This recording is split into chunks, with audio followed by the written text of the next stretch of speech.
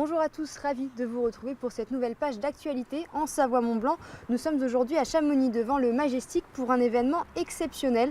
Le syndicat national des guides de montagne fête ses 70 ans toute cette semaine avec des colloques, des conférences et même des activités. Nous irons nous balader tout au long de ce journal. Mais avant, voici les titres que nous allons développer en ce mercredi 7 décembre.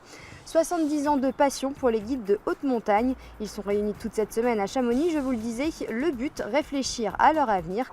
Un questionnement nécessaire à l'heure où la montagne et sa pratique évoluent. Et puis nous irons à la banque alimentaire de Chambéry. Après la grande collecte nationale, place désormais au tri des produits. Un travail conséquent pour tous ces bénévoles, vous le verrez.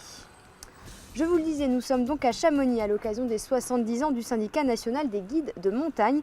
Toute la profession en a profité pour réfléchir à son avenir. Un questionnement nécessaire à l'heure où la montagne et sa pratique évoluent. Fini le temps où les guides ne servaient qu'à accompagner des clients sur les cimes. Aujourd'hui, ils sont de réels chefs d'entreprise capables de gérer les aspects commerciaux et juridiques de leur métier. Emmanuel Jaude nous en dit plus. Créé en 1946, le syndicat national des guides de montagne assure depuis 70 ans le respect des valeurs et du métier de guide. Pourtant, aujourd'hui, la modification du mode de consommation de la montagne implique un renouvellement de la filière. Cela a notamment commencé avec le changement de mentalité des clients. S'il y a quelques années encore, l'activité était réservée à une élite, aujourd'hui, nombreux sont les amateurs à vouloir cocher l'objectif ultime, sans pour autant prendre le temps de gravir un à un les échelons menant à la haute altitude. C'est clair qu'aujourd'hui, on a de plus en plus de gens qui sont, comme tu l'as dit tout à l'heure, du one-shot, qui veulent, tiens, cette année, et pourquoi on ne se lancerait pas un défi? Pourquoi on n'irait pas au Mont Blanc? Pourquoi on n'irait pas faire ça? Et c'est une nouvelle clientèle sur laquelle il faut vraiment retravailler notre façon de faire, parce que nous, il y a encore 20 ans, un client qui voulait faire le Mont Blanc, il y a 20 ans, c'était une étape dans une carrière d'alpiniste. C'est-à-dire, quand un client venait te voir, te disait « Tiens, je voudrais bien faire le Mont Blanc », ok, bah alors avant de faire le Mont Blanc, ce serait bien qu'on fasse ça, toute une liste de courses qui nous amèneront à faire le Mont Blanc. Aujourd'hui, on se retrouve avec des gens qui arrivent, qui n'ont jamais fait d'alpinisme et qui nous disent direct « Je veux faire le Mont Blanc ».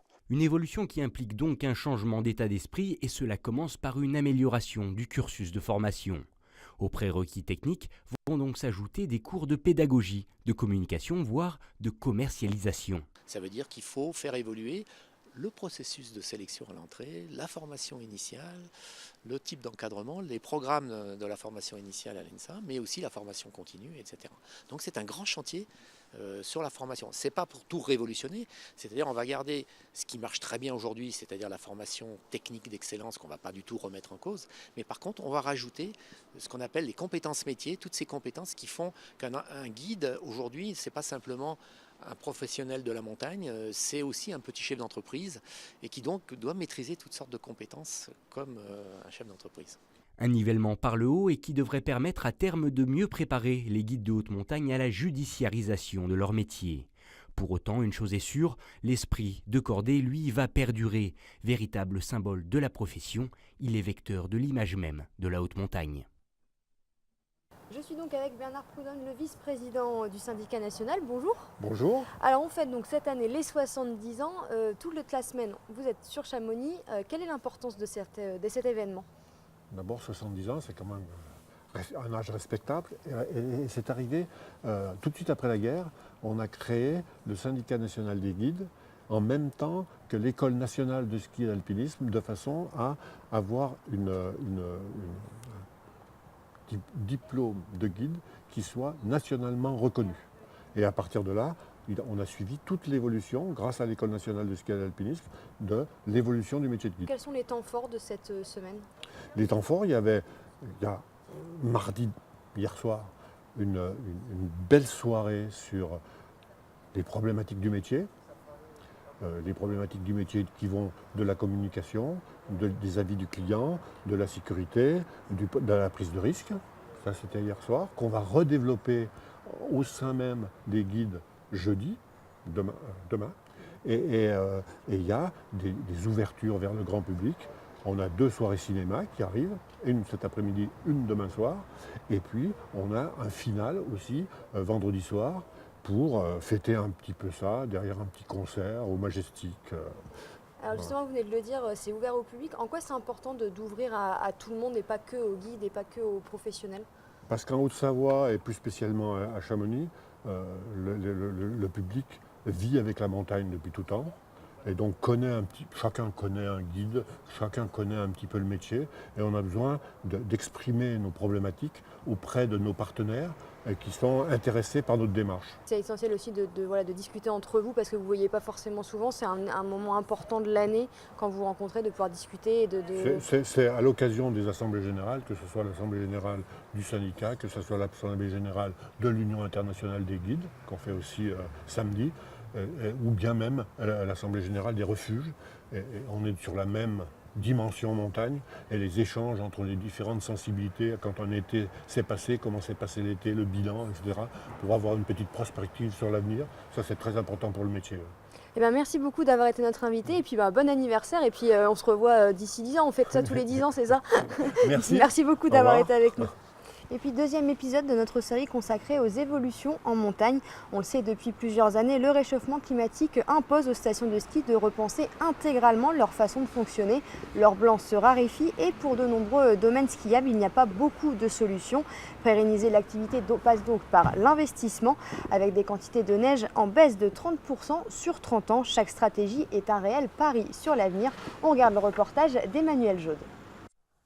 Entre 1000 et 1500 mètres d'altitude, l'enneigement dans les Alpes a baissé de 50% en moyenne sur ces 50 dernières années. Un constat qui force les domaines skiables à changer de stratégie pour survivre. Et cela commence par la diversification de l'offre d'activités. Fini donc le temps où l'on skiait du matin au soir.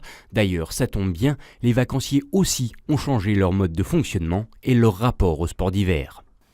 Il est important de diversifier l'offre, on ne peut pas tout miser sur le ski. Il faut s'adapter au changement. Le changement, il est climatique, il est aussi un changement sociétal. Le client consomme différemment. Il consomme différemment, notamment aussi sur le ski, avec différentes glisses. Il faut davantage proposer d'activités ludiques, même par rapport au ski, mais aussi diversifier l'offre. Et ça, c'est tout l'enjeu de nos villages balcons par rapport à la problématique de sécurisation de la neige, de pouvoir proposer des activités effectivement sur les 4 saisons. Pour les stations qui peuvent se le permettre, l'enjeu est donc de garantir un enneigement suffisant pour ouvrir les pistes dès l'arrivée des premiers skieurs. Et pour cela, de grandes infrastructures sont nécessaires comme la création de retenues d'eau afin d'alimenter les enneigeurs. D'ailleurs, ces enneigeurs se multiplient aujourd'hui dans tous les domaines skiables et ce, même dans les stations de haute altitude. Ce qui était un luxe il y a quelques années encore est donc devenu une nécessité. En effet, on estime que chaque station investit en moyenne entre 10 et 20% de son chiffre d'affaires en production de neige de culture. L'enneigement 100%, je ne sais pas, ça dépendra d'une politique station liée avec la commune et les remontées mécaniques. Mais oui, par exemple, on sait qu'on veut étirer un peu les enneigeurs un peu plus haut, un peu plus sur tout le domaine. Il est clair qu'on veut développer ça. De toute façon, c'est indéniable dans le fonctionnement de la station, il en faut. Donc il faut qu'on continue notre développement par rapport à ça. Autant de solutions qui ne changeront pas le problème de base. Le réchauffement climatique remet en cause la viabilité des sports d'hiver et si aujourd'hui seules quelques stations de basse altitude ont dû fermer leurs portes par faute de neige et donc de rentabilité, on peut s'attendre dans les 30 prochaines années à une multiplication des hivers difficiles allant jusqu'à mettre en danger la pratique même du ski dans les stations françaises. On est donc rentré dans le Majestic où ont lieu certaines conférences durant toute cette semaine ici pour les 70 ans des guides. Mais avant le chiffre du jour, la commune d'Alby-sur-Chéran connaît quelques problèmes avec des gens du voyage. Depuis lundi après-midi, une douzaine de caravanes stationnent illégalement sur l'aire de loisirs situé près du collège. Un site qui n'est pas prévu pour cet accueil. Devant le refus des gens du voyage de quitter les lieux, le maire a saisi le préfet afin de les mettre en demeure et de quitter les lieux. Comme tous les ans, le réseau des banques alimentaires organise une grande collecte. 1300 bénévoles se sont mobilisés pendant 3 jours en Savoie. La collecte a été un succès, mais le travail n'est pas terminé. Il faut encore trier et répertorier avant de répartir dans la vingtaine d'associations et de centres sociaux savoyards. Fanette de Buisson s'est rendue dans l'entrepôt de Chambéry. Une fois encore, les Savoyards ont été généreux. Près de 120 tonnes de produits ont été donnés à la Banque alimentaire lors de la collecte nationale organisée fin novembre. Ils représentent près d'un tiers des produits secs distribués sur une année en Savoie. Après la collecte, un mois de tri complet est nécessaire pour ranger tous ces produits. Il y a des gens qui viennent, qui ne sont pas forcément toute l'année ici et qui viennent en tant que bénévoles juste pour le tri. C'est ce que j'ai fait d'ailleurs l'année dernière. Après, je suis venue, j'ai continué sur la banque alimentaire sur l'année. Durant ce mois de tri, les bénévoles sont même aidés par des jeunes de 5 établissements du bassin chambérien. Ce matin, ce sont les élèves de seconde spécialisés en logistique du lycée professionnel de la Cardinière qui sont venus donner un coup de main. Des dizaines de cartons sont encore à vider. Cette année, les Savoyards ont bien respecté les conseils de l'association. Ils ont notamment acheté des montagnes de couches. L'an dernier, elles avaient manqué rapidement. Entre 300 et 400 palettes, et donc il faut trier toutes ces denrées qui sont mélangées, bien sûr. Et donc il faut les trier par nature, par date de validité et puis par volume éventuellement. Les autres grandes sources d'approvisionnement, ce sont les industriels. Donc là, par définition, ils nous donnent des pâtes, du café, de l'huile, pourquoi pas. Donc ça, c'est monoproduit. Et puis l'autre source, c'est la dotation européenne. Là aussi, c'est des produits, il y a une nomenclature un peu plus large, une dizaine de produits, mais on a peu de café, on a peu de produits, de produits comme le chocolat ou des choses comme ça qui plaisent bien évidemment, qui sont très utiles aux bénéficiaires.